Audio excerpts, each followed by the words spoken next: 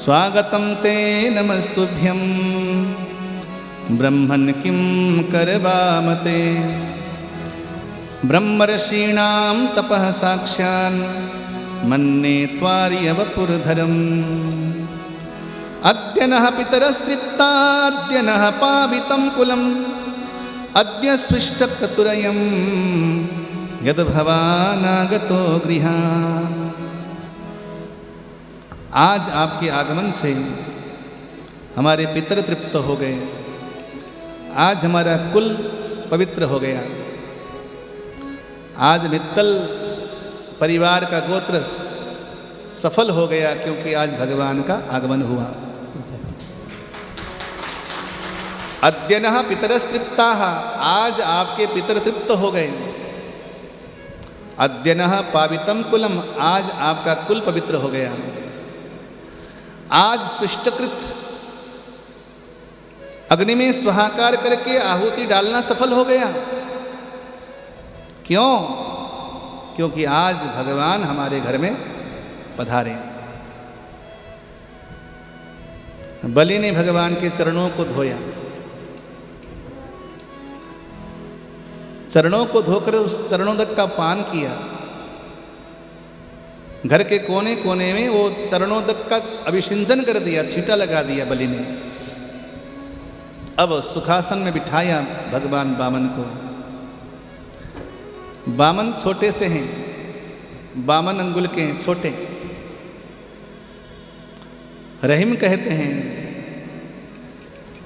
रहीमन याचकता गहे बड़े छोट हुई जात। रहीमन याचकता गहे बड़े छोट हुई जात। नारायण हूँ को भयो बाभन अंगुल गात। जब कोई इंसान दूसरों के घर में मांगने जाता है ना, तो मांगने जाने के लिए इंसान को छोटा बन के जाना पड़ता है। बड़ा बन करके एक ही जगह जाया जाता है। कहाँ जाया जाता है बड़ा बन के? कौन जवाब देगा? 101 रुपये दूंगा। मांगने के लिए एक जगह जाया जाता है जहाँ पर बड़ा बन के जाया जाता है। बाकी दुनिया में हर जगह छोटा बन के जाते हैं। बोलो कौन सी जगह? लगाओ दिमाग के घोड़े दौड़ाओ। हाँ, वहाँ बड़ा होके जाते हैं मंदिर में। अम्मा, एक जगह है जहाँ पर इंसान मांगने के लिए जाता है तो बड़ा बन के जाता है। कौन सी जगह है?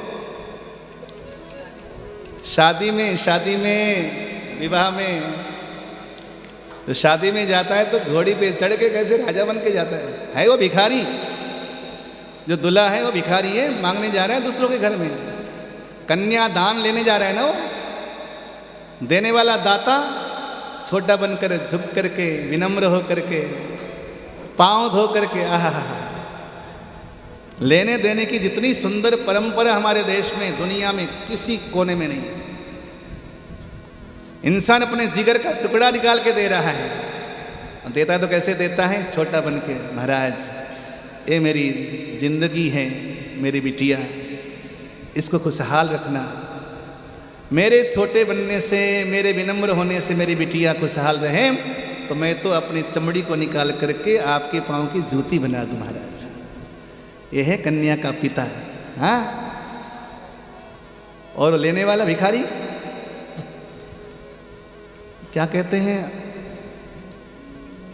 आपके यहाँ वो जमाई को क्या कहते हैं? नहीं, एक बड़ा प्यारा शब्द है।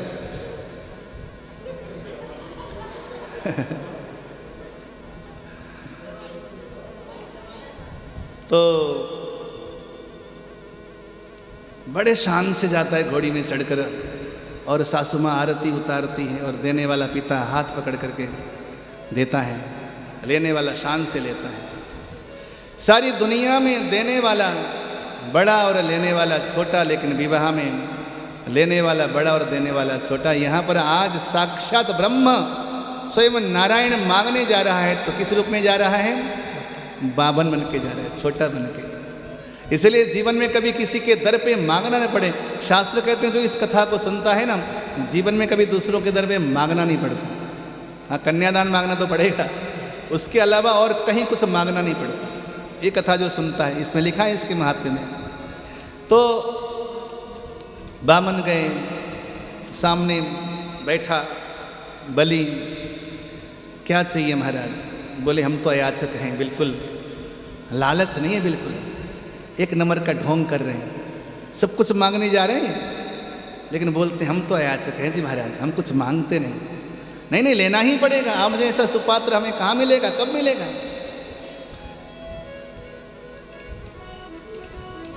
गाम कांचनम गुणबद्धाममिष्टम तथा न पेयम उत वा विप्रकन्या। बलि बोले अभी तो आप नहीं नहीं कहते हो, लगता आपकी शादी नहीं हुई है।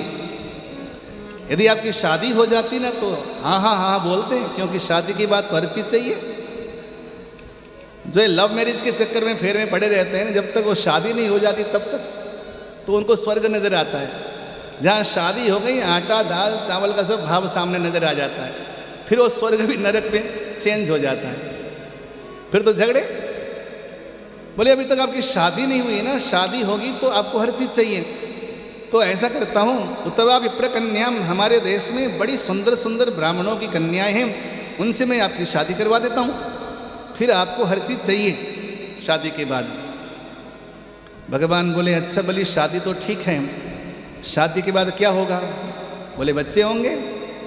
अच्छा बच्चे होंगे, उनमें से अगर कुछ कोई बच्चा एक आध राम जी को प्यारा हो गया तो रोने के लिए कौन आएगा? बलि बोला प्रभु बच्चे आपके तो रोना भी आपको ही पड़ेगा। भगवान ने कहा जब किसी चीज़ को पाने के बाद में रोना पड़ जाए, ऐसा कोई काम हम नहीं करते, तो शादी कैंसिल। और बोलो बस आपको लेना ही पड़ेगा। बार बार लेने की बात, प्रशंसा कर रहे हैं बार बार, अति बार, अत्यंत बार, अधिक बार।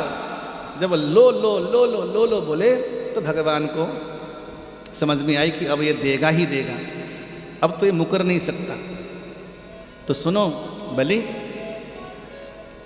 मैं कहीं तप करता हूँ, साधना करता हूँ, बैठता हूँ, तो मेरी अपनी कोई भूमि नहीं है, मेरी अपनी कोई प्रॉपर्टी नहीं है।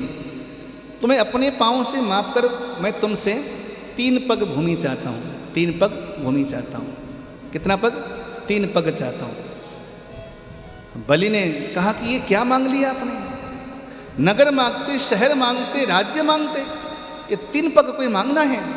इतने बड़े दाता के घर में आकर आप जैसे सुपात्र ब्राह्मण और 3 पग मांगे? भगवान मनी मन बोले बस 3 पग ही दे दे, वही बहुत है, बस संकल्प ले, बस देना हो तो दे दे, नहीं तो हम चले। अब भगवान निकलने लगे तो बलि ने फिर हाथ में लोटा लेके आगे आ गया। बलि के गुरु थे जिनका नाम था शुक्राचार्य। शुक्राचार्य दूर बैठ के सब कुछ देख रहे थे। ये 52 अंगुल का बंदा जो आया है बड़ा तेजस्वी लगता है, ये कोई सामान्य बटुक तो नहीं लगता, ये है कौन? और शुक्राचार्य बड़े दिव्य दृष्टा ऋषि बैठे ध्यान में। ओहो हो, जब ध्यान दृष्टि में देखना था महाराज, जो 52 अंगुल का बन के आया था ये तो विराट है, विराट। अरे बलि रुक जा, बिना विचारे जो करें सो पाछे पछताए, काम न सावे आपनो जग में होत हंसाए, और जग में होत हंसाए, जग में कभी वो चैन न पावे। बिना विचारे नहीं करना चाहिए, ये स्वयं नारायण है, विष्णु हैं। लेकिन गुरुदेव मैंने तो देने का वचन भर लिया है, अब मैं अपने वचन से मुकर नहीं सकता। शुक्राचार्य ने कहा गुरु की आज्ञा नहीं मानेगा? बोला नहीं मानूंगा। धर्म के मार्ग में ले जाओगे तो आपके पांव मेरे सर, लेकिन धर्म से विमुख होने के लिए कहोगे तो मैं आपका भी कहना नहीं मानूंगा। बोलो जय श्री कृष्ण। जय श्री। धर्म के मार्ग में लगाने वाला दुश्मन भी आपका मित्र है, लेकिन धर्म से च्युत करने वाला आपका सगा संबंधी मित्र भी आपका दुश्मन है।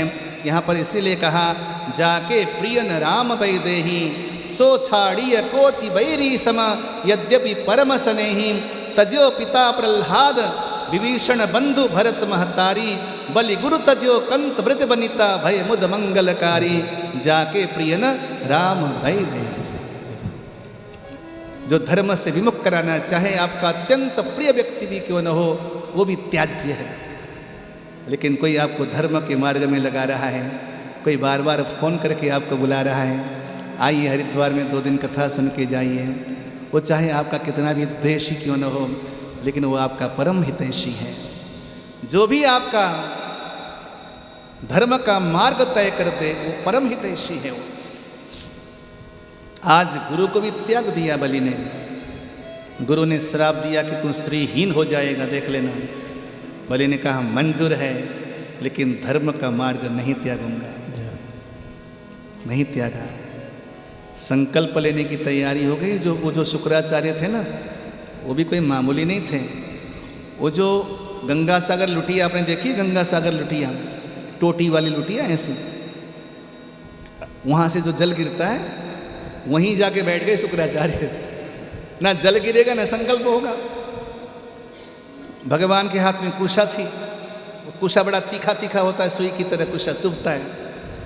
कुशा से ऐसे ऐसे ऐसे मारा उसको, जैसे वो नल का अगर बंद हो जाए तो खोलते हैं ना, खोलने की तैयारी थी। शुक्राचार्य की आंख में जाके ऐसे लगी कि शुक्राचार्य की आंख जैसे कृष्ण हो गई। इस कथा से समझना, जब हम किसी के अच्छे काम में बाधक बन जाते हैं तो हम वहाँ पे काणे हो जाते हैं, नेत्र विहीन हो जाते हैं, अर्थात वहाँ पे हम अंग भंग हो जाते हैं। इसलिए जीवन में कभी किसी के शुभ कार्य में विघ्न नहीं डालना, उत्साहित करना। बेटा अच्छी बात है। लोग बुरे काम में सपोर्ट करते हैं, अच्छे काम में कई बार टांग खींचते हैं। शुक्राचार्य एक नेत्र विहीन हो गए। अब तो संकल्प छूटा। जैसे संकल्प छूटना था, वो जो बामन अंगुल का गया था बटुक, वो विराट हो गया। बोले विराट भगवान की जय। भगवान विराट हो गए। नंद सुनंद आदि पार्षद भगवान की सेवा करने लगे। नंद सुनंद जय विजय प्रबल बल कुमुद कुमुदाध्यक्ष विश्वक्सेन जयंत श्रुतदेव आदि बड़े बड़े भगवान के जो पार्षद हैं, उन्होंने भगवान को घेर लिया। और भगवान ने एक पांव में अतल वितल सुतल तलातल रसातल महातल और पाताल को माप लिया। दूसरे पग में भूरलोक भुवरलोक स्वरलोक महरलोक जनोलोक तपोलोक और सत्यलोक को माप लिया। भगवान के जो चरण कमल हैं, कहाँ पहुँचे? सत्यलोक में, ब्रह्मा जी के पास। जब ब्रह्मा जी ने देखा कि भगवान के चरण आ गए हैं, तो ब्रह्मा जी ने भगवान के चरण को धोया। और वो जो चरण की धोवन थी, उसको ब्रह्मा जी ने अपने कमंडल में सुरक्षित रखा। वही भगवान की धोवन माँ गंगा बनी। बोली गंगा मैया की। तो माँ गंगा को क्या कहते हैं? विष्णु पदगामिनी, विष्णुपदी। भगवान नारायण के चरणों से निकली, इसलिए क्या बनी हो? विष्णुपदी बनी माँ गंगा। अब तो भगवान ने कहा, बलि मैंने तुमसे 3 पग मांगा था और तुमने कहा दूंगा। बताइए इंसान के पग कितने होते हैं? कितने पग होते हैं? 2 पग होते हैं। कोई तुमसे आके मांगे 3 पग और आप बिना विचारे दे दो, तो गलती भगवान की। हाँ, पग तो 2 ही होते हैं। भगवान ने 3 पग मांगा था, तूने क्यों कहा कि दूंगा? मैंने तेरे से 3 पग मांगा था, तूने देने का संकल्प लिया है, और तीसरा पग कहाँ देगा बता? गरुड़ को आज्ञा दी, बंधन में डाल दिया। बलि को जब बंधन में डाला, तो बलि भी भगवान का प्यारा भक्त था। तो बलि ने कहा कि प्रभु आपने बांध तो दिया, लेकिन एक बार पूछ तो लेते हैं, बांधो या ना बांधो। मैं जवाब देता आपको। बोले हाँ हाँ, तू अपने वचन से मुकर गया है, तो तीसरा पग कहाँ देगा तू? तो बलि ने कहा प्रभु एक बात बताइए। बोले क्या? दौलत बड़ी होती है या दौलत का मालिक बड़ा होता है? भगवान बोले संपत्ति का मालिक बड़ा होता है, कोई संदेह नहीं इसमें। तो बलि ने कहा अभी तक आपने मेरी दौलत मापी है 2 पग में, अभी तक आपने मेरी दौलत मापी है, पैसा मापा है अभी तक आपने। पैसे वाला आपसे बिल्कुल अलग है, अभी पैसा वाला बिल्कुल अलग। अभी आपने मेरा धन लिया है, दौलत लिया है, 2 पग में आपने मेरी दौलत मापी है।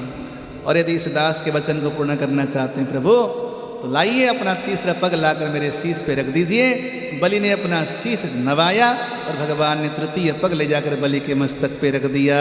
बोलिए भक्तवत्सल भगवान की जय। पदम तृतीयम कुरुशिष्णिमे निजम।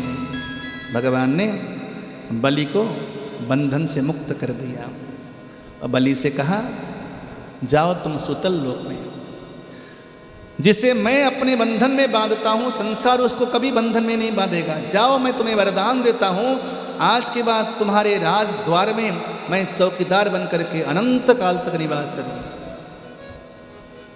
कुछ महापुरुष कहते हैं कि बलि की शासन, बलि का राज्य पश्चिमी देश में है। अमेरिका जो यूरोप कंट्री है, यहाँ पर बलि शासन करते हैं। जितना साम्राज्य आपको पूर्व प्रदेश में नहीं मिलता, आपके भारत में, एशिया महाद्वीप में, उससे कई गुना ज़्यादा संपदा आपके पश्चिमी देशों में है। कहा जाता है कि वहाँ पर बलि की शासन है, ऐसा लोग कहते हैं। शास्त्रों में ऐसा कुछ प्राप्त नहीं है, लेकिन सही मायने में कहा जाए तो हमारा जो भारत है वो पूर्व पड़ता है, ऊपर है भारत, अमेरिका नीचे है, जो यूरोप कंट्री है वो नीचे पड़ता है। इसलिए अगर आप नक्शा देखें आप तो स्वतः लगता है कि ये पाताल प्रांत है। तभी ऋषियों ने या महापुरुषों ने कहा होगा कि जो यूरोपीय प्रांत हैं वो पाताल लोक हैं, वहाँ पर आज भी बलि का शासन है। उसके शासन में भगवान आज भी द्वारपाल बनकर बैठे हुए हैं और भगवान ने आजीवन उसकी सुरक्षा का प्रबंधन किया। आत्मनिवेदन करने वाले बलि की कथा सुनाकर, मत्स्य अवतार की कथा सुनाकर स्कंद को विश्राम दिया गया। बोलिए भक्तवत्सल भगवान की जय।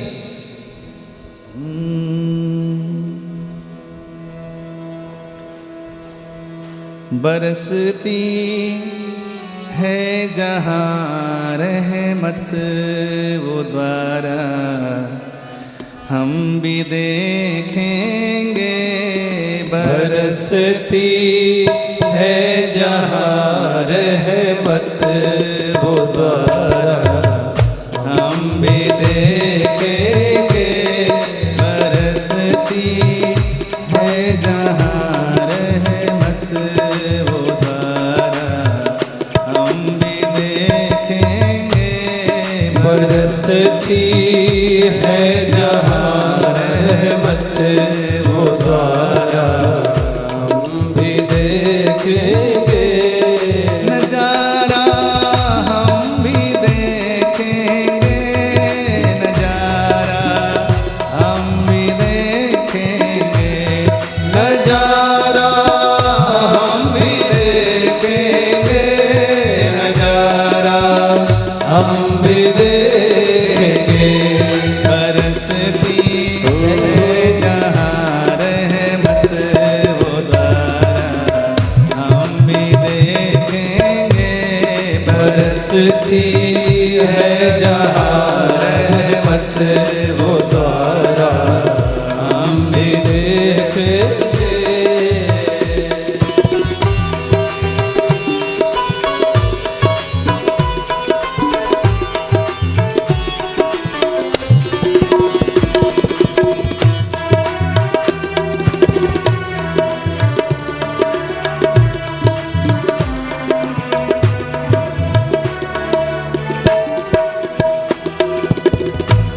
जहाँ पर ना खुदा खुद अपनी हस्ती भूल जाता है। जहाँ पर ना खुदा खुद अपनी हस्ती भूल जाता है। यकीनन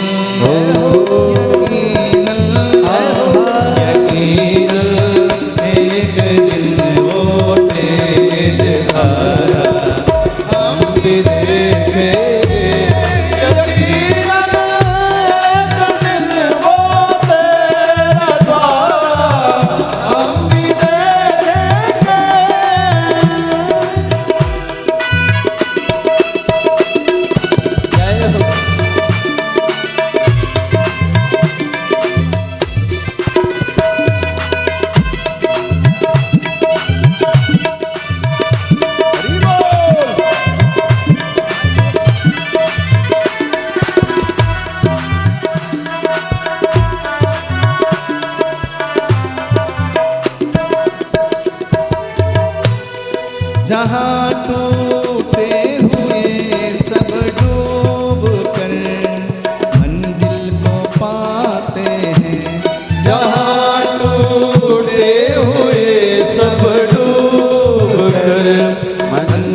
को पाते हैं।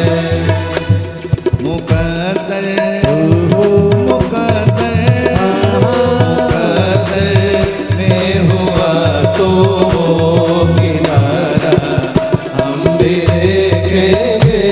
मुकद्दर में हुआ तो वो किनारा हम भी देखेंगे। बरसती है जहाँ रहमत वो द्वारा हम भी देखेंगे। बरसती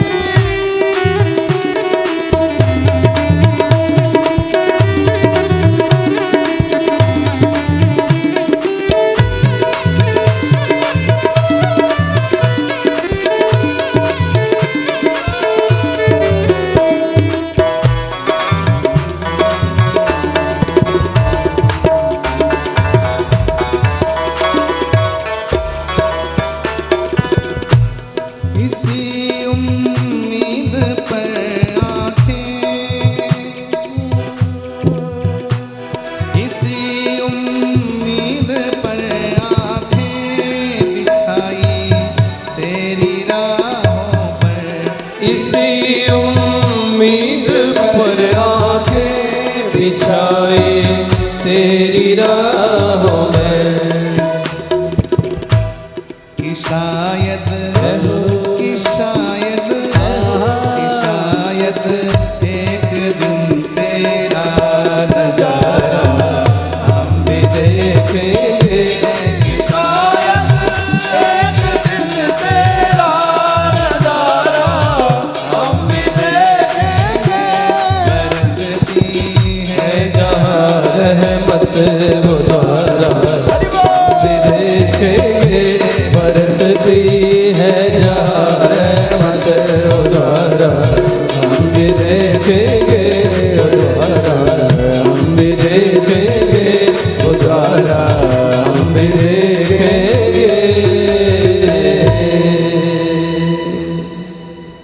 अवश्य ही एक दिन हम भगवान के दर्शन कर पाएंगे। जैसे बलि ने भगवान को अपना बनाया, वैसे ही एक दिन आएगा कि हम ठाकुर को अपना बना पाएंगे। इसी विश्वास के साथ स्कंद को यहाँ पर विश्राम करा करके ईशानु कथा यानी कि नवम स्कंद में प्रवेश करते हैं। इसमें दो वंश की कथा है, सूर्यवंश की कथा और चंद्रवंश की कथा। सूर्यवंश में भगवान राम का अवतरण हुआ और चंद्रवंश में किसका हुआ? भगवान श्री कृष्ण का अवतरण हुआ।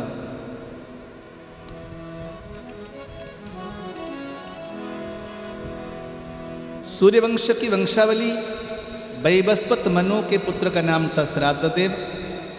उनके वंश में आगे चलकर इक्ष्वाकु नाम के राजा हुए। इक्ष्वाकु के वंश परंपरा में विकुक्षी हुए, काकुस्थ हुए, अनेना हुए, युवनाश हुए, मानधाता हुए। मानधाता के पुत्र का नाम था पुरपुत्स।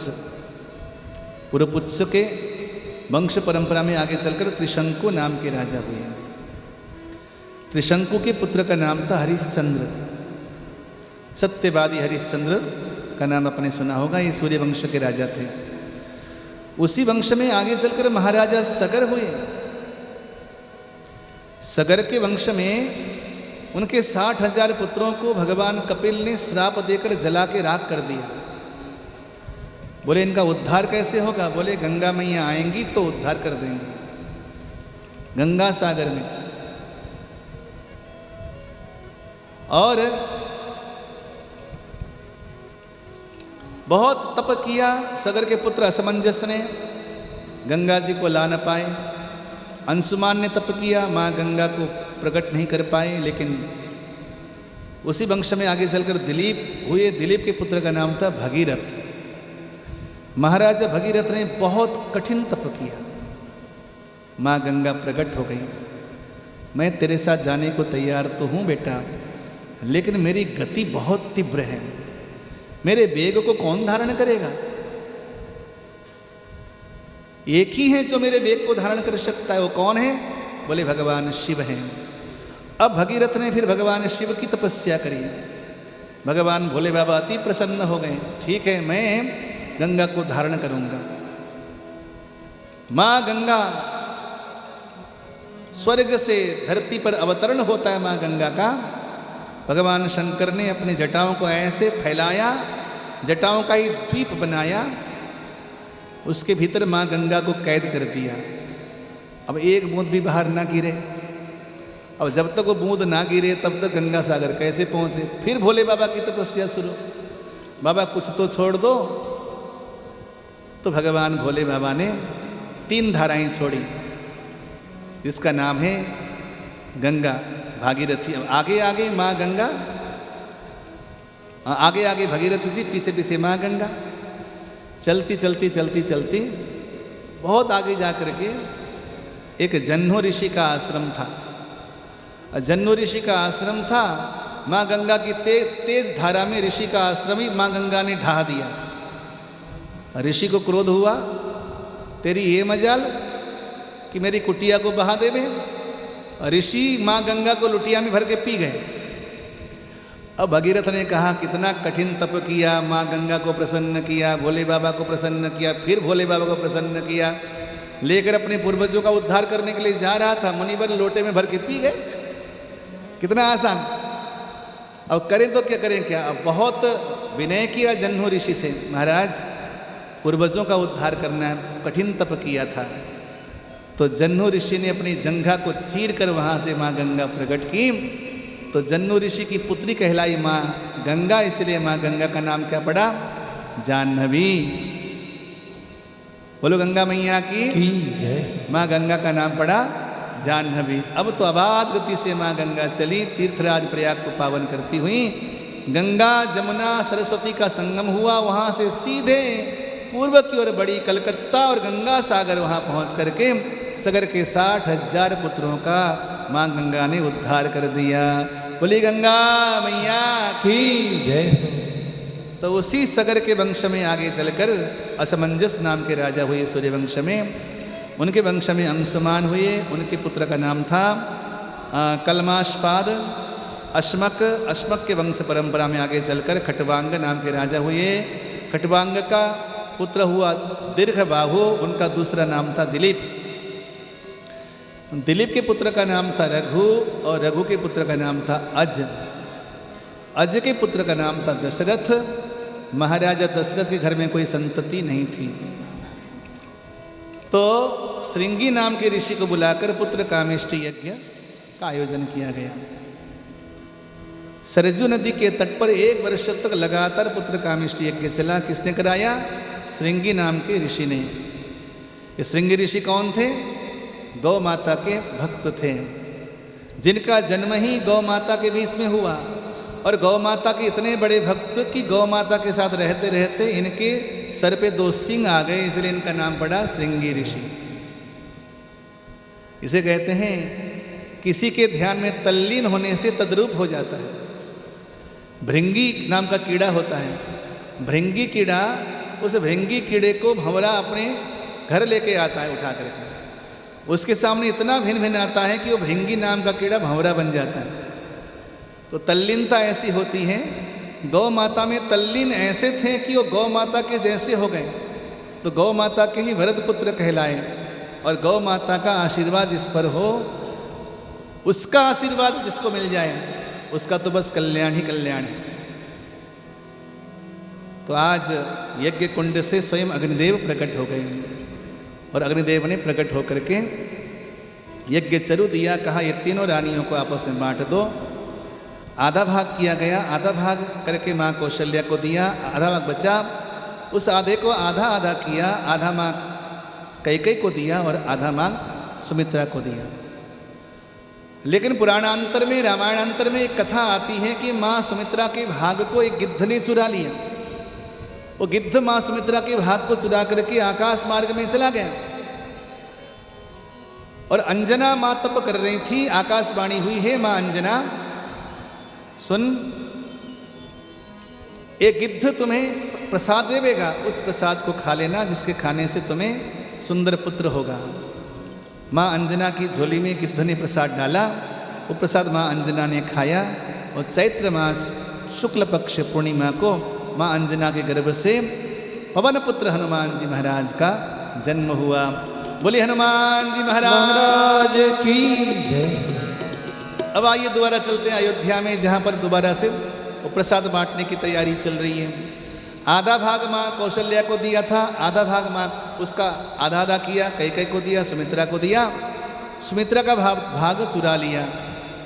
अब थोड़ा सा भाग माँ कैकेयी ने निकाल करके माँ सुमित्रा को दिया, थोड़ा सा भाग निकाल करके माँ कौशल्या ने माँ सुमित्रा को दिया। तीनों रानियों ने प्रसाद खाया और भगवान की ऐसी कृपा हो गई। चैत्र मास शुक्ल पक्ष नवमी मध्याह्न ठीक 12 बजे पुराण पुरुषोत्तम भगवान माँ कौशल्या के कक्ष में प्रकट हो गए। नौमी तिथि मधु मास पुनीता, नौमी तिथि मधु मास पुनीता, शुक्ल पक्ष अभिजित हरि प्रीता, शुक्ल पक्ष अभिजित हरि प्रीता, मध्य दिवस की शीतल घामा, अखिल लोकदा कबीरामा, अखिल लोकदा कबीरामा। भगवान प्रकट हो गए। माँ ने सुंदर स्तुति करी, भगवान बालक बने, माँ को आनंदित किया और एक एक घड़ी के अंतराल में माँ कैकेयी के गर्भ से भरतलाल का जन्म हुआ और माँ सुमित्रा के गर्भ से यमल संतानों का यानी कि जुड़वे बालकों का जन्म हुआ। राम भरत लक्ष्मण शत्रुघ्न 4 पुत्र हो गए। भगवान की सुंदर बाल लीलाएं हुई, माता पिता को परम आनंद प्रदान किया। जो आनंद सिंधु सुख राशि, सी करते त्रैलोक सुपासी। आनंद सिंधु भगवान राम का प्राकट्य हुआ, नामकरण संस्कार हुआ, अनेकों संस्कार संपादन हो गए। भगवान 11 वर्ष के हुए, जनेऊ संस्कार हुआ, भगवान गुरुकुल में गए। 15 वर्ष की आयु तक भगवान गुरुकुल में रहे और 15.5 वर्ष की आयु में भगवान विश्वामित्र के साथ कहाँ गए? यज्ञ रक्षा करने के लिए गए। विश्वामित्र के यज्ञ की रक्षा करी और वहाँ से धनुष यज्ञ में जनकपुर धाम में गए। वहाँ जाकर शिव धनुष को तोड़ा, राजाओं के गर्भ को चकनाचूर किया, परशुराम जी के अभिमान को खंड खंड किया और चारों भैया विवाह करके वापस लौट करके अयोध्या में आए। भगवान राज्याभिषेक होना चाहता है, लेकिन माता ने वरदान मांगा पिता से। राम जी को 14 वर्ष के लिए वनवास, भगवान 26 प्लस यानी कि 27वें वर्ष में भगवान वनवास की ओर चल देते हैं, माँ जानकी और लखनलाल जी को साथ में लेकर। उसी संदर्भ में भगवान ने चित्रकूट में निवास किया, दंडकारण्य में भ्रमण किया, शबरी आदि का कल्याण किया, उद्धार किया। माँ जानकी का हरण हुआ रावण के द्वारा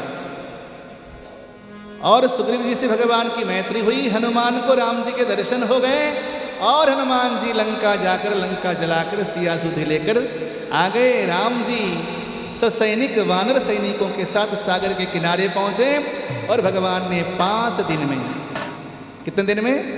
5 दिन में 1250 किलोमीटर लंबा और 300 किलोमीटर चौड़ा विशाल सेतु का निर्माण कर डाला, जिसका नाम क्या है?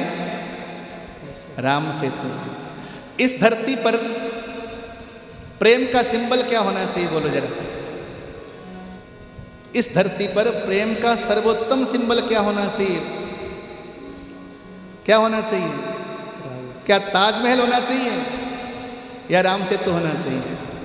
इस धरती पर प्रेम का सर्वोत्कृष्ट सिंबल है तो राम सेतु है, क्योंकि अपनी प्रेयसी को लेने के लिए भगवान ने विशाल सागर को भी पत्थरों से बांध दिया और रावण जैसे दुर्दांत दैत्य का श्रृंगार करके अपनी प्रिय जानकी को लेकर भगवान आए, भगवान राजा बने और 13,500 वर्ष पर्यंत भगवान ने शासन किया। वाल्मीकि रामायण के अनुसार 11,000 वर्ष तक भगवान ने शासन किया। भगवान राम के वंश में आगे चलकर कुश की वंश परंपरा आगे बढ़ी। ये रामचरित्र संक्षेप में आपको मैंने सुनाया। आइए राम जी का नाम संकीर्तन करके हम कृष्ण चरित्र में प्रवेश करते हैं। राजा राम राम राम राजा राम राम राम राजा राम राम राम राजा राम राम राम राजा राम राम राम राजा राम राम राम राजा राम राम राम राजा राम राम राम सीता राम राम राम सीता राम राम राम सीता राम राम राम सीता राम राम राम सीता राम राम राम सीता राम राम राम सीता राम राम राम सीता राम राम राम राजा राम राम राम राजा राम राम राम राजा राम राम राम सीता राम राम राम राजा राम राम राम राजा राम राम राजा राम राम राम राजा राम राम राम राम राम हरि राम सीता राम राम राम राजा राम राम राम राजा राम राम राम राजा राम राम राम सीता राम राम राम राजा राम राम हरि बोल राजा राम राम राम सीता राम राम राजा राम राम राम राजा राम राम राम राजा राम राम राम राजा राम राम राम राम राम राजा राम राम राम सीता राम राम राजा राम राम राम राजा राम राम राम राजा राम राम राम सीता राम राम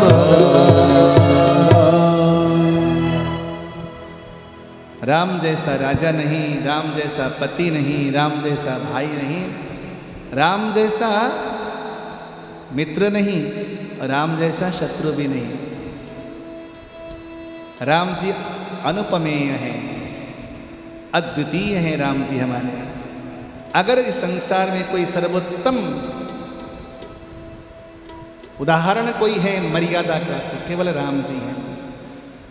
पालनीय जीवन शैली अगर किसी की है तो राम जी की है। इसलिए राम जी को नमन करते हुए, प्रणाम करते हुए चंद्रवंश में प्रवेश करते हैं ना। ठीक है, किसी को आलस्य तो नहीं आ रहा है? पक्का? मैं यहां से वैसे देख रहा हूं किस किस को आलस्य आ रहा है। अब कन्हैया आने वाले हैं, थोड़ा सजग हो जाओ, सावधान हो जाओ, क्योंकि आलसियों के घर में कन्हैया नहीं आते हैं। तो आलस्य मत करना बिल्कुल भी, है ना। थोड़े प्रसन्न हो जाओ, प्रसन्न चित्त हो जाओ तो कन्हैया आ जाएंगे। ठीक है। ब्रह्मा जी के पुत्र का नाम था अत्रि और अत्रि के पुत्र का नाम था चंद्रमा। चंद्रमा के पुत्र का नाम था बुध। बुध के वंश परंपरा में आगे चलकर पुरुरवा नाम के राजा हुए। पुरुरवा राजा के यहाँ आयु नाम का पुत्र हुआ। आयु के पुत्र का नाम था नहुष। ये नहुष वो राजा थे जिन्होंने स्वर्ग में इंद्र का आसन प्राप्त कर लिया था।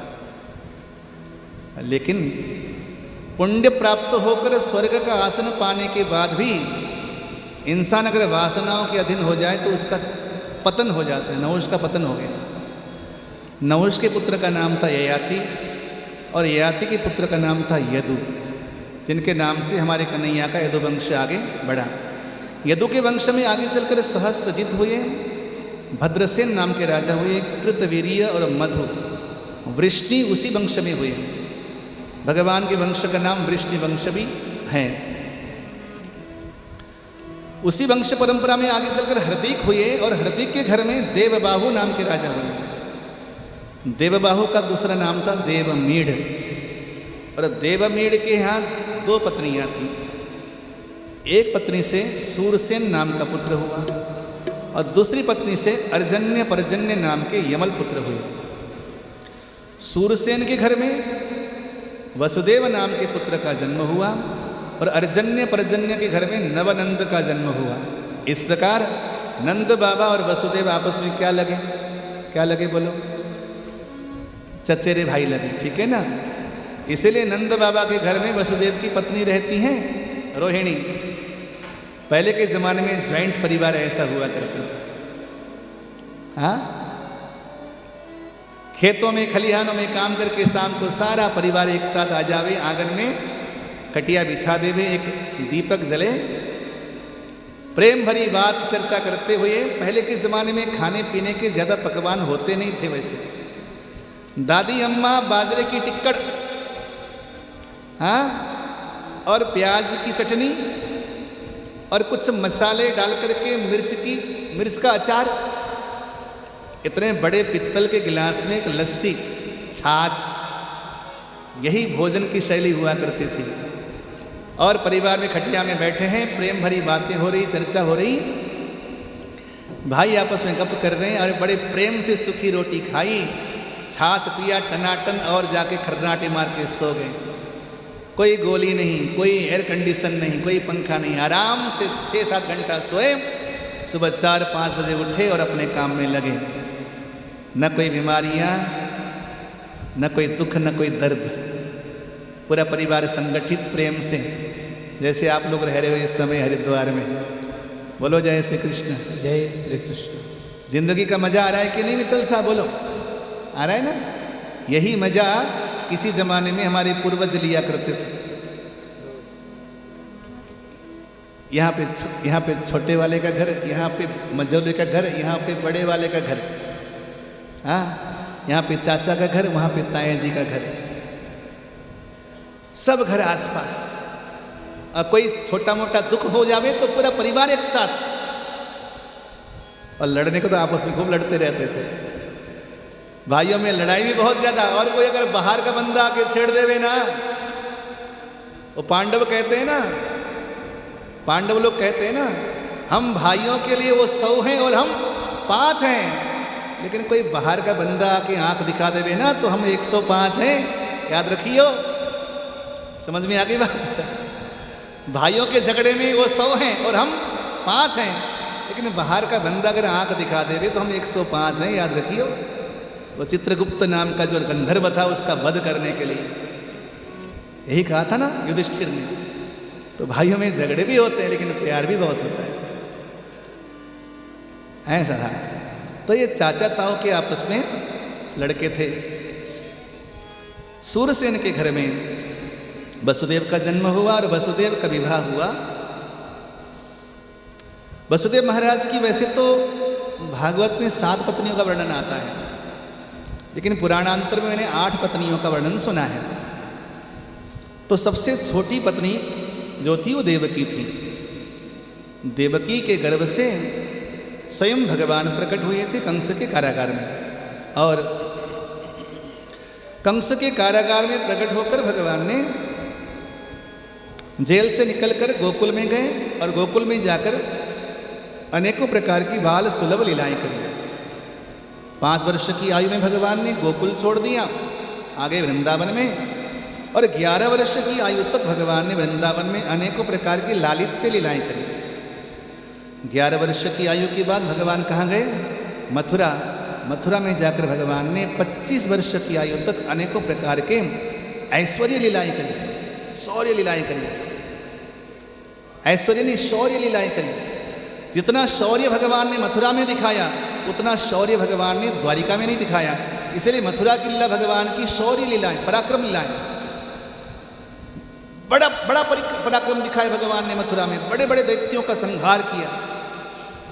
और उसके बाद 125 वर्ष की आयु तक भगवान कहाँ में रहे? द्वारिका में।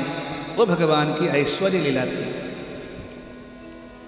इस प्रकार 125 वर्ष पर्यंत धराधाम में भगवान ने अनेकों लीलाएं की, और अंतिम में उद्धव जी को भागवत धर्म का उपदेश देकर अपनी शक्तियों को समेटकर भगवान परम धाम की ओर चले गए। ये कथा सुखदेव स्वामी ने परीक्षित जी महाराज को सुनाई। तो परीक्षित ने कहा, गुरुदेव कृष्ण कथा हो गई पूरी? तो सुखदेव स्वामी बोले, हाँ मैंने सुना तो दिया सारा। जहाँ पैदा हुए वहाँ से लेकर जहाँ भगवान निज धाम पधारे, वहाँ तक की कथा मैंने सुना तो दी। बोले नहीं प्रभु, मैं तो आज 4 दिन से ही प्रतीक्षा में बैठा हूँ कि आप ये सुनाओगे कि कन्हैया का जन्म कैसे हुआ, कन्हैया के प्राकट्य में नंद महोत्सव कैसे मना, नंद बाबा ने कैसे माखन और मिश्री लुटाई और कैसे खिलौने और उपहार लुटाए गए नंद महोत्सव में, कैसे बधाइयाँ बधी, कैसे बधाइयाँ बांटी गई और भगवान की बाल लीलाएं कैसी कैसी हुई, भगवान ने माखन चोरी कैसे करी, भगवान की संपूर्ण लीलाएं आप मुझे विस्तार से सुना दीजिए प्रभु। जब एक कहना था तो शुकदेव स्वामी ने कहा कि जब जब होई धर्म के हानि, जब जब होई धर्म के हानि, बाढ़ई असुर अधम अभिमानी, बाढ़ई असुर अधम अभिमानी, तब तब प्रभु धरी विविध शरीर हरहि कृपा सजन पीरा, हरहि कृपा सजन पीरा। हे राजन, जब जब भी धरती पर पाप का बोझ बढ़ता है, चारों ओर अनैतिकता और अत्याचार बढ़ जाता है, तब तब धरती गौ का रूप धारण करती है और ब्रह्मा जी के साथ, देवताओं के साथ मिलकर परमात्मा को पुकारती है। इस बार भी ब्रह्मा जी को जाकर धरती ने गौ माता का रूप बना करके निवेदन किया और गौ रूपिणी पृथ्वी को लेकर देवताओं के साथ मिलकर तत्र गत्वा जगन्नाथम देवदेवम वृषातपिम पुरुषम पुरुषसुक्तेन उपतस्थे समाहितः। पुरुष सुक्त के द्वारा देवताओं ने और गौ माता ने पुकारा भगवान को। ओम सहस्रशीर्षा पुरुषः सहस्राक्षः सहस्रपाद सभूमिगुं सर्वत स्मृत्वा यतिष्ठत साङ्गुलं पुरुष एवेदगुं सर्वं यद्भूतं यत्स्वभाव्यम् उतामृतत्वस्य सानो जगन्नेनातिरोहति। वेद मंत्र के द्वारा भगवान को पुकारा गया। चंद्रमा मनशो जातचक्षो सूर्यो अजायत नाभ्या आसीदंतरिक्षं शेष्णोर्द्यो समवर्तत। हे भगवन, सूर्य चंद्रमा आपके नेत्र हैं, मुख आपकी अग्नि है। मुख से ब्राह्मण उत्पन्न हुआ था, भुजाओं से क्षत्रिय उत्पन्न हुआ था, उदर से वैश्य और चरणों से गंगा जी के साथ शूद्र की उत्पत्ति हुई थी।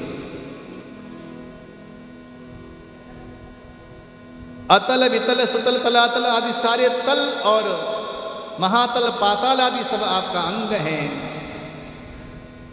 वनस्पतियां आपकी लोमावलियां हैं। भगवान का बड़ा सुंदर यहाँ पे वंदन किया और भगवान ने आकाशवाणी में कहा कि हे ब्रह्मा जी, जाइए, निश्चिंत हो जाइए।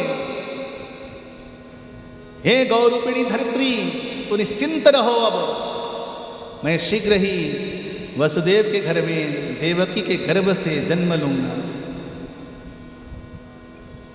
ब्रजमंडल में जन्म लेकर मैं अनेकों प्रकार की लीलाएं करूंगा और मैं समस्त पापियों का सर्वनाश करके पृथ्वी को पापियों के बोझ से हल्का कर दूंगा। हे देवताओं, सभी मेरी लीला में सहयोगी बनो। ऐसा कहकर भगवान मौन हो गए। देवताओं को भगवान ने आज्ञा दी, जाओ जाकर भगवान की लीला में सहयोगी बनो। सारे ब्रजमंडल में देवताओं ने आकर गोप और गोपिकाओं का वेश बना लिया। और ये बात पहले ध्यान रखना, ब्रज में जितने भी लोग हैं कोई सामान्य मानव नहीं है, कोई गोपियां सामान्य नारियां नहीं हैं। यहाँ जो कोई भी हैं सब के सब भगवान के अति दिव्य पार्षद हैं। कोई सामान्य नर नारियों का बसेरा नहीं है गोकुल में, इस बात को पहले ध्यान रखना। क्योंकि भगवान जो भी लीलाएं करेंगे वो सामान्य नर नारी के साथ नहीं, अपने ही पार्षदों के साथ करेंगे।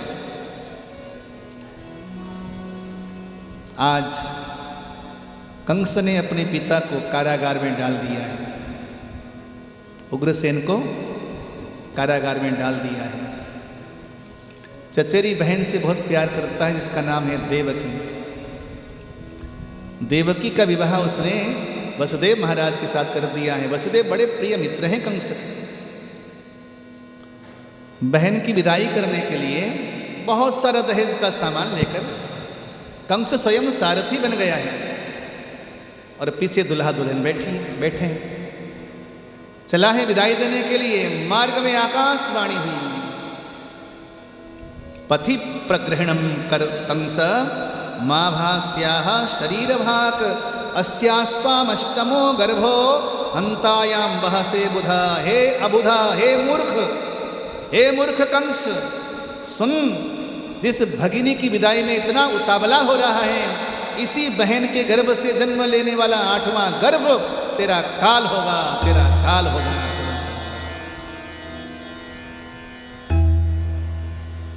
अवाक रह गए। लेकिन ये अभिमानी था, घमंडी था। एक मीठा मीठा सूत्र मार के ले जाना यहां से। आपके आसपास घर के इर्द गिर्द कोई अगल बगल में कोई ऐसा इंसान जो बड़ा घमंडी हो क्या? हमारे आसपास जो बड़ा घमंडी इंसान हो, जो हर बात का घमंड रखता हो, उस इंसान से प्यार की अपेक्षा मत रखना। दोबारा बोलूं क्या? बोलूं दोबारा? हमारे आसपास कोई ऐसा इंसान जो बड़ा गर्वित रहता हो, बड़ा घमंडी। वैसे तो मेरे भाई बहनों, घमंड कभी कभी मत रखना, किसी चीज़ का नहीं। और ज़्यादा घमंड हो जाए तो कभी घूमते फिरते, पश्चिम बिहार में रहते हो ना, पंजाबी बाग शमशान घाट चले जाना। वहाँ पे हमसे भी बेहतर नगीने, एक से बढ़कर एक नगीने वहाँ पे राख बने पड़े, वहाँ जाके देख लेंगे। अगर किसी चीज़ का गर्व हो तो सुंदरता का गर्व, पैसे का गर्व, मान सम्मान का गर्व, इज्जत का गर्व, इसका गर्व, उसका गर्व, सब मटिया मेट होके वहाँ पे राख बने पड़े हैं। यदि लाइफ में किसी चीज़ का गर्व है तो एक बार वहाँ चक्कर लगा के आ जाना, सब ठीक हो जाएगा। सबसे बढ़िया औषधि है। बोलो जय श्री कृष्ण। जय श्री कृष्ण। अन्यथा गर्व स्वयं नहीं करना, लेकिन बाई चांस आपके आसपास कोई ऐसे लोग जो बड़े घमंडी हों, उनसे प्लीज़ प्यार की अपेक्षा मत करना। क्योंकि कल कथा में आया था, घमंडी इंसान दक्ष प्रजापति की तरह होता है, भीतर से खाली होता है, उसके अंदर प्यार हो नहीं सकता। अभी जिस बहन को विदाई दे रहा था, इतना उतावला था, पैसा और दहेज पीछे हैं, विदाई देने के लिए निकला था, अभी आकाशवाणी सुनी तो अपने मरने के भय से अपने बहन का केश पकड़ लिया, वहीं पर सर कलम करने की तैयारी थी। इसे प्यार बोलोगे? बोलो, ये प्यार होता है? प्यार में तो इंसान अपना बलिदान दे करके भी सामने वाले को जीवन देता है, उसका नाम है प्यार। वसुदेव महाराज वहाँ पर खड़े थे, हाथ जोड़ा, राजन इससे तुम्हें कोई भय नहीं है। आकाशवाणी मैंने भी सुन ली। इसके गर्भ से जन्म लेने वाला जो 8वां गर्भ होगा, उससे तुम्हें भय है ना। मैं वसुदेव, मैंने जीवन में कभी असत्य नहीं बोला, राजन तुम जानते हो। ये जानता भी था कि वसुदेव कभी झूठ नहीं बोलते, बड़े सत्यवादी थे। मैं वसुदेव जिसने जीवन में कभी झूठ नहीं बोला, मैं आपको वचन देता हूं, इसके गर्भ से जन्म लेने वाला एक एक बच्चा लाकर तुम्हारे हवाले कर दूंगा।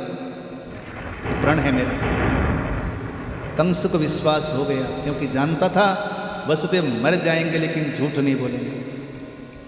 लेकिन मैं आपसे पूछता हूं, क्या वसुदेव ने जो बोला था वो पूरा करके दिखाया? बोलो, दिखाया? क्या सारे बच्चे ले जाकर वसुदेव ने दिया भगवान को, कंस को? नहीं दिया ना। जो 8वां बच्चा था वो लाके नहीं दिया, वो तो और कहीं छोड़ के आए। मतलब क्या? लौकिक धन और परमार्थ धन। यदि शाश्वत धन की प्राप्ति हो रही हो तो लौकिक धर्म का त्याग करना चाहिए। परमात्मा मिल रहा हो तो लौकिक धर्म का त्याग करके उसको तिलांजलि दे करके भी परमात्मा को प्राप्त किया जा सकता है। वहाँ पे आप सही हो, गलत नहीं। भले आपका वचन पूरा नहीं हुआ, कंस ने छोड़ दिया, पहला गर्भ, दूसरा गर्भ, तीसरा गर्भ, देवकी के 6 गर्भों को मार दिया, देवकी वसुदेव को कारागार में डाल दिया, 7वें गर्भ को संकर्षित करके वसुदेव महाराज की जो बड़ी पत्नी है रोहिणी, उनके गर्भ में स्थापित किया गया। देवकी है मथुरा में, रोहिणी है गोकुल में। वो कौन सा साइंस था, कौन सा विज्ञान था, अभी वैज्ञानिकों को ढूंढने में टाइम लगेगा। आजकल ये सेरोगेसी चल रहा है ना, सेरोगेसी बहुत तेज गति से चल रहा है। ये सेरोगेसी आज का नहीं है, 5000 वर्ष पहले वो भी ऐसी टेक्नोलॉजी जहाँ पर दोनों महिलाएं आपस में कभी मिली नहीं। वो गोकुल में रहती हैं, वो मथुरा में कारागार में हैं, लेकिन कौन सा साइंस था, कौन सा विज्ञान था, कौन सी मंत्र शक्ति थी वो कि देवकी के गर्भ को वहाँ से निकाल करके उसके गर्भ में स्थापित किया गया। बोलो जय श्री कृष्ण। जय श्री कृष्ण। वो विज्ञान 5000 वर्ष पहले हमारे देश में था, हम कथा में सुनते हैं हर बार। इसीलिए बलभद्र का नाम रखा गया संकर्षण, यानी कि वहाँ से खींच कर वहाँ रखने की वजह से संकर्षण नाम रखा गया। भादो महीना शुक्ल पक्ष 14 को भगवान बलभद्र का जन्म होता है। बोलिए बलदेव भगवान की जय हो। अब आइए देवकी माता के गर्भ में 8वां गर्भ आ गया। कंस ने चारों ओर अपने पहरेदारों को बिठा रखा है, खबरदार। माघ का महीना, माघ फागुन चैत्र वैशाख जेठ आषाढ़ सावन का महीना निकल आया। चारों ओर वसंत ही वसंत छाने लगा महाराज। नदियों में आज जल नहीं, अमृत बहने लगा। चंद्रमा के किरणों से अमृत के बिंदु टपकने लगे। जो पुष्प कभी वसंत में खिलते थे वर्षा काल में खिलने लग गए। शीतल मंद सुगंध 3 प्रकार की बयार बहने लगी चारों ओर। हर किसी के हृदय में आनंद है। जब हृदय में आनंद होता है तो चेहरे में मुस्कान होता है। एक बार मुस्कुरा दो, बोलो जय श्री कृष्ण। जय श्री कृष्ण। जब हृदय में आनंद होता है तो चेहरे में क्या होता है? दोनों बाजू उठा के बोलो जय श्री कृष्ण। जय श्री कृष्ण। जय श्री कृष्ण। जय श्री कृष्ण। हृदय में आनंद है, गदगद है सभी प्राणी, सारा संसार आनंदित है, केवल एक बंदे को छोड़कर। किसको छोड़कर? बोलो बोलो। हाँ, आज जो मुस्कुराएगा नहीं वो वही बनने की तैयारी कर रहा है। हाँ, ध्यान रखना, वो बन मत जाना कृपया प्लीज। हरिद्वार में आए हो, आज जो अपने चेहरे पे मायूसी रखेगा वो वही बनने की तैयारी कर रहा है। मैं यहाँ से हर किसी को देख रहा हूँ। बोलो जय श्री कृष्ण। जय श्री कृष्ण। अब तो सब जगह आनंद आनंद है। जैसे सूर्य के उदित होने पर कमल प्रसन्न हो जाते हैं, जैसे चांद के निकलने से कुमुदनी खुल जाती प्रसन्न हो जाती है, जैसे स्वाति नक्षत्र के आने पर पपीहा प्रसन्न हो जाते हैं, जैसे वसंत के आने पर भ्रमर खुश हो जाते हैं, जैसे प्रातःकाल के होने पर पक्षियाँ कलरव करने लगती हैं, जैसे वर्षा काल के आने पर नदियाँ प्रसन्न हो जाती हैं, जैसे पूर्णिमा के आने पर सागर प्रसन्न हो जाता है, वैसे भगवान के आने पर सारा जगत प्रसन्न है। जय हो। सारा जय संसार हो। प्रसन्न है।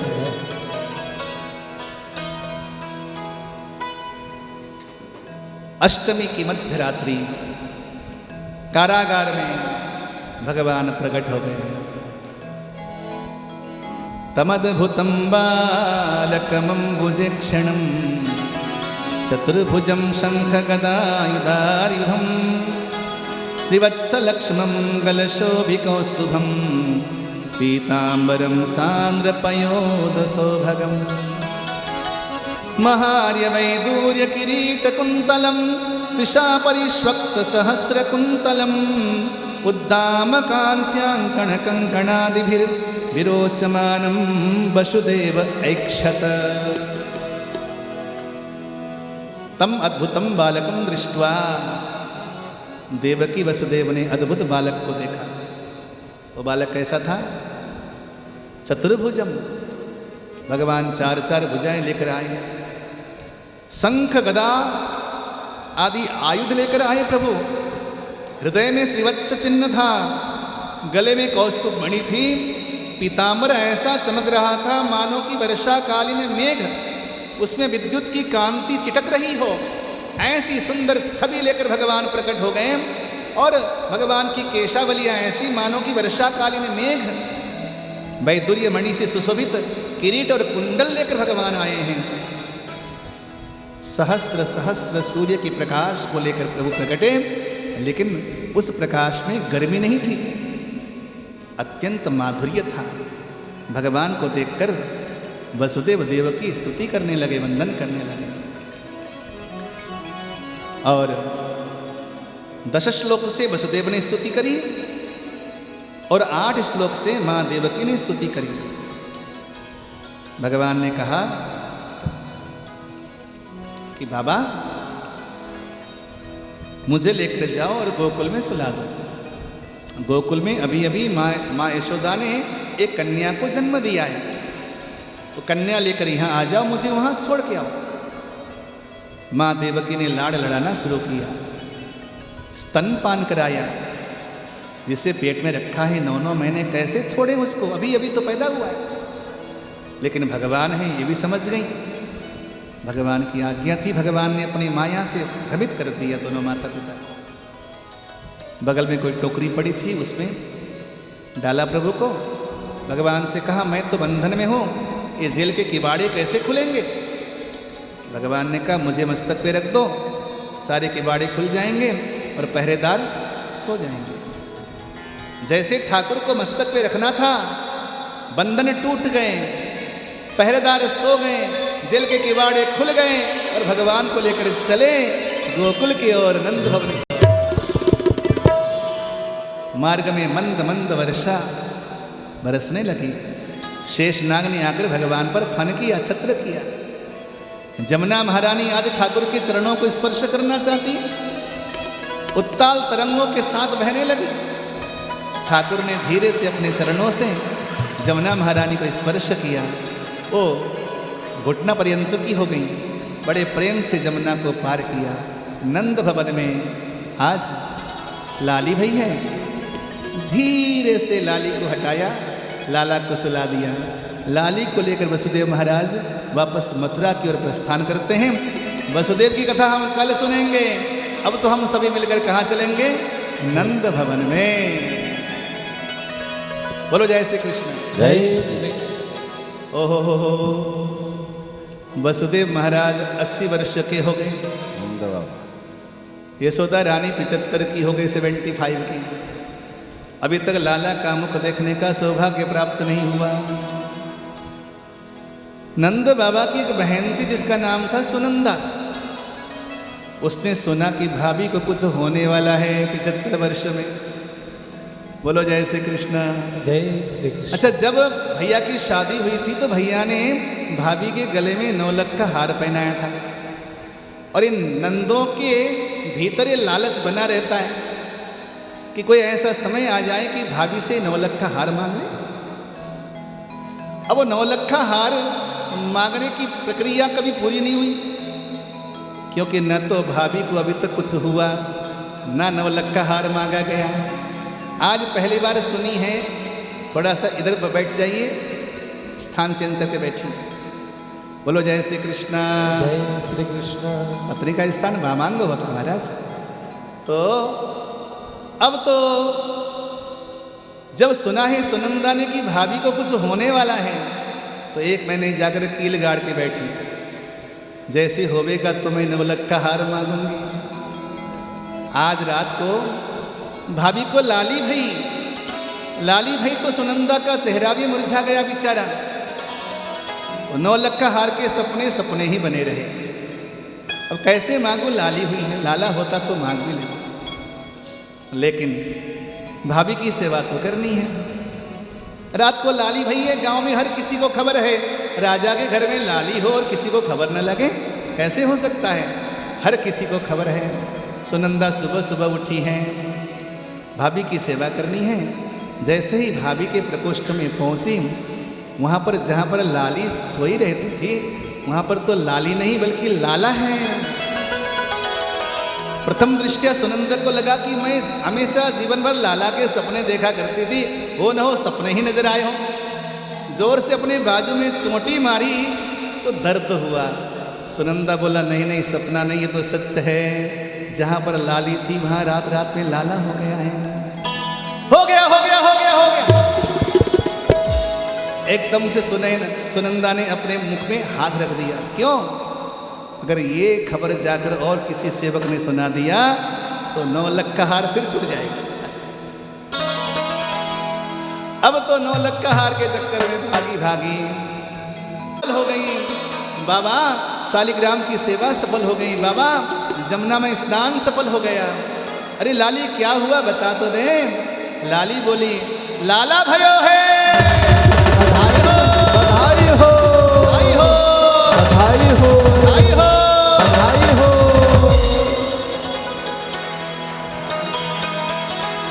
अब तो नंद बाबा ने सबसे पहले जात कर्म संस्कार किया, नांदी श्राद्ध किया, देवता और पितरों की पूजा करी और 2 लाख गौदान करने का देता हूँ। बधाई हो बधाई हो। सभी श्रोताओं को बहुत बहुत बधाई। बधाई हो बधाई हो। सभी ब्राह्मण का मूल पाठ कर रहे हैं। सभी विप्रवृंदों को बधाई हो, बधाई हो बधाई हो। और सभी हमारे साथियों को जो कि संगीत के माध्यम से भगवान का गुणानुवाद गा रहे हैं, उनको बधाई। बधाई हो बधाई हो। लाखों करोड़ों करोड़ों बधाई आप सभी श्रोताओं को। बधाई हो बधाई हो। अब तो नंद महोत्सव मनने लगा सुंदर भाव के साथ। हो नंद के आनंद भयो, जय कन्हैया लाल।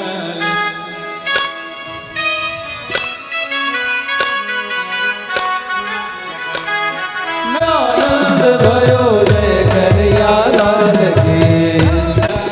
नंद के आनंद भयो जय कन्हैया लाल की।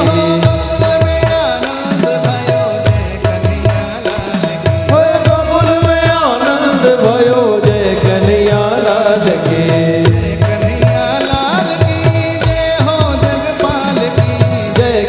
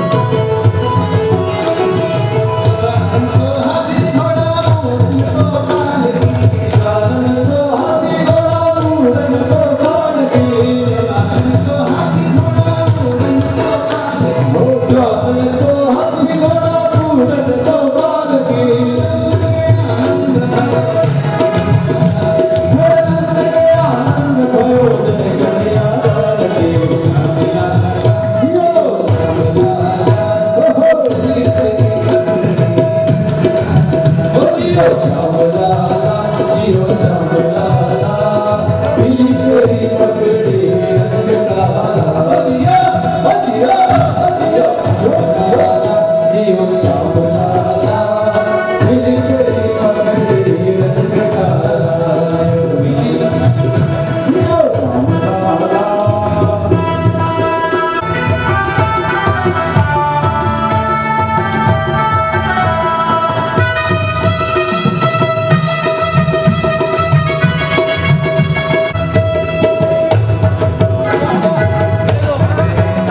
पे कुर्बान हो गई, कृष्ण तेरे नाम पे कुर्बान हो गई,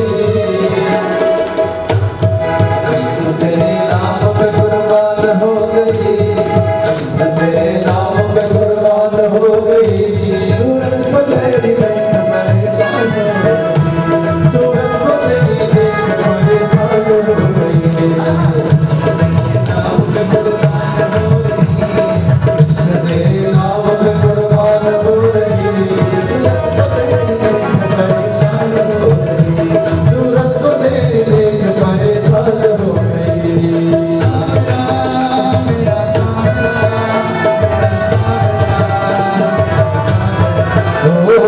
सावरा, मेरा सावरा, मेरा सावरा, मेरा सावरा, मेरा सावरा, ओ सावरा, मेरा सावरा, मेरा सावरा, मेरा सावरा।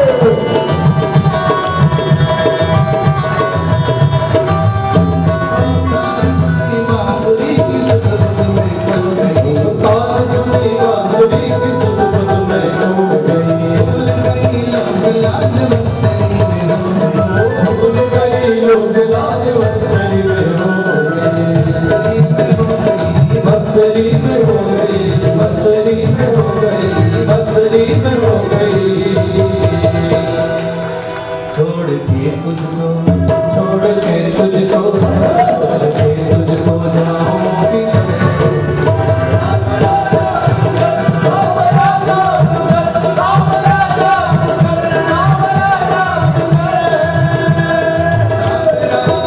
मेरा सावरा, मेरा सावरा, मेरा सावरा, ओ सावरा, मेरा सावरा, मेरा सावरा,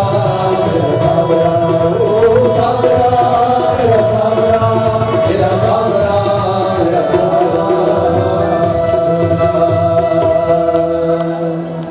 नंद के लाला की देखो, ऐसे फेंको नहीं, बाद में सबको हाथ में दे देना, भगवान का प्रसाद फेंकना नहीं। थोड़ा सा ना नंद महोत्सव में आनंद लो, 5 मिनट के लिए और फेंकने का। ओ कान्हा आया रे आया, ओ कान्हा आया रे आया, ब्रज में बाजे आज बधाई। आया रे आया, तुझके बाजे आज आया रे आया, ब्रज में बाजे आज बधाई।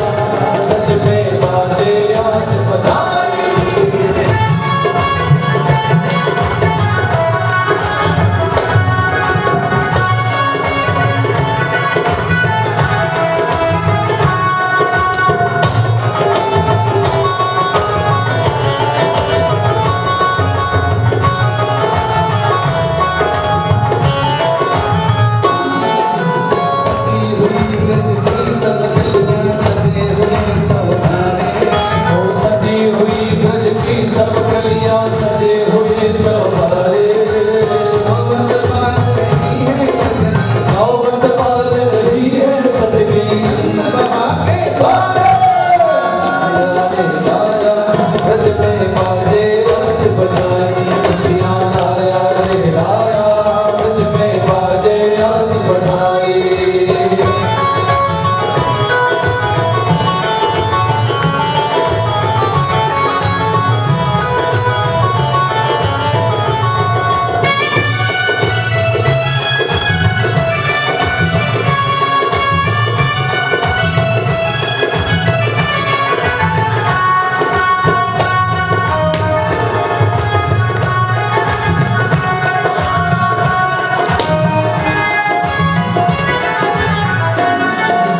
सांवरिया की मोटी मोटी अखियाँ हैं कजरारी, ओ सांवरिया की मोटी मोटी अखियाँ है कजरारी सांवरिया की मोटी मोटी अखियाँ हैं कजरारी, ओ सांवरिया की मोटी मोटी अखियाँ है कजरारी करुणा सागर की सूरतियाँ करुणा सागर की सूरतियाँ आगे प्यारी मन को आया रे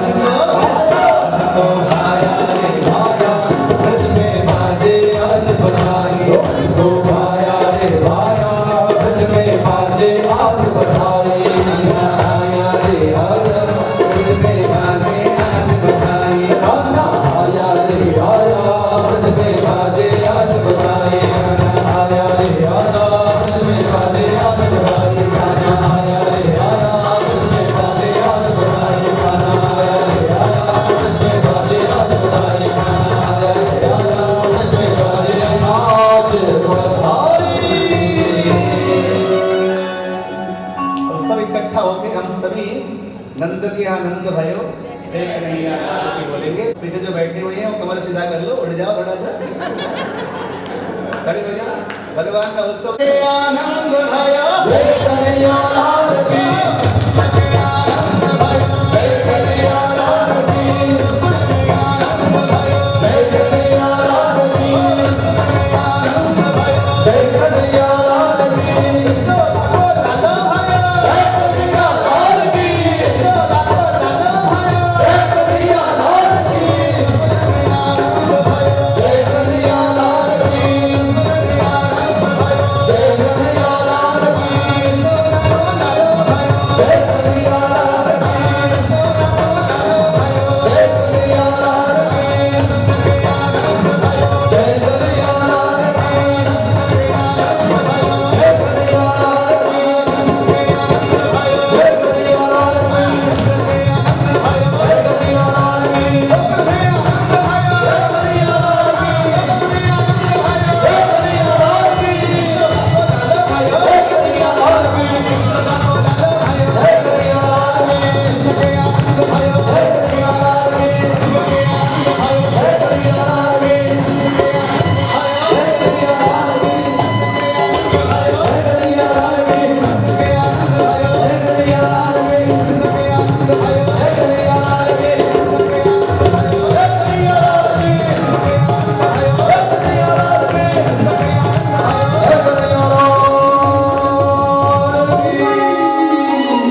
बधाई हो बधाई हो बधाई बधाई मिल गया मुझे। बधाई हो बधाई हो अभी और बोलेंगे और मिलेगा।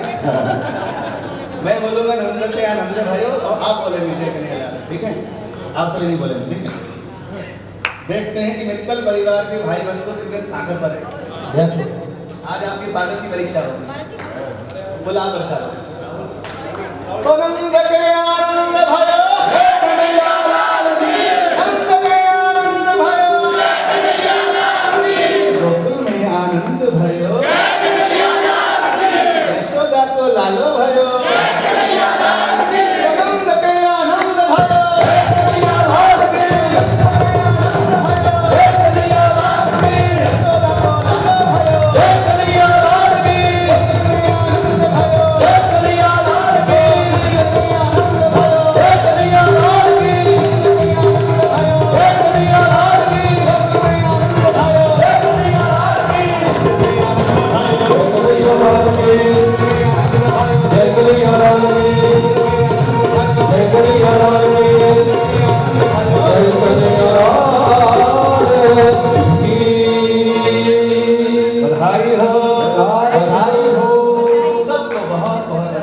बधाई हो।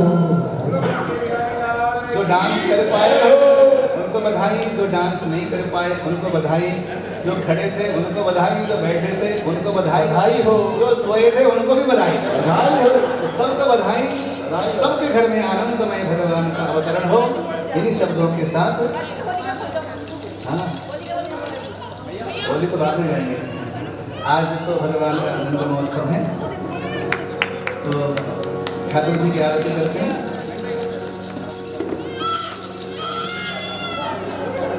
आइए ठाकुर की झांकी दिखाइए।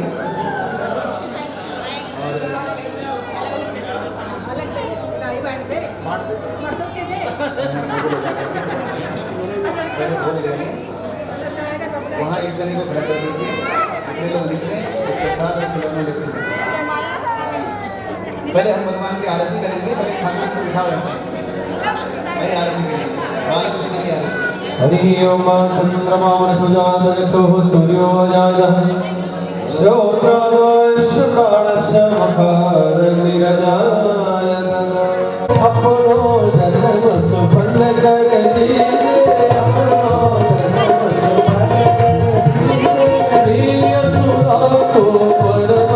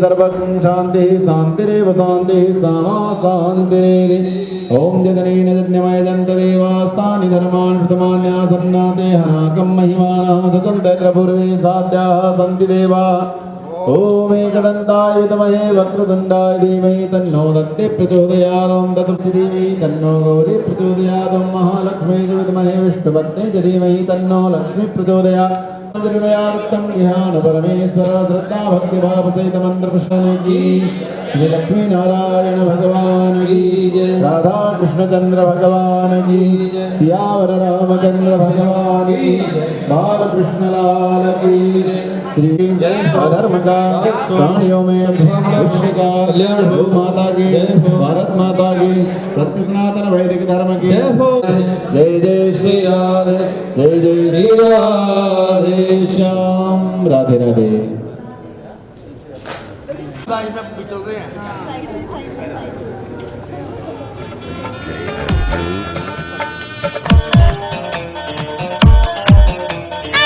रंगी गुब्बारों से मंडप सजाया है।